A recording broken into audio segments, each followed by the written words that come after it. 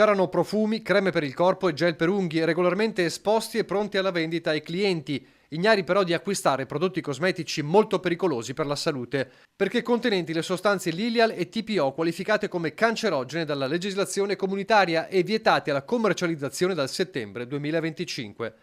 Il blitz nel negozio di Castelfranco con 137 prodotti sequestrati al titolare, un commerciante cinese recidivo. Il soggetto era già noto alla compagnia perché nel 2023 era stato sottoposto già a un accertamento. All'epoca gli erano stati già sequestrati infatti 156 articoli tra bagnoschiuma, shampoo, creme per il corpo, deodoranti e saponi liquidi contenenti le medesime sostanze cancerogene. Nell'ultima operazione, inoltre, le Fiamme Gialle hanno individuato nel negozio oltre 800 articoli di bigiotteria non conformi ai requisiti di sicurezza. Non riportavano infatti nessuna informazione in lingua italiana sul luogo di origine e di produzione, l'eventuale presenza di materiali o sostanze nocive, i materiali impiegati e i metodi di lavorazione, nonché le istruzioni e le eventuali precauzioni.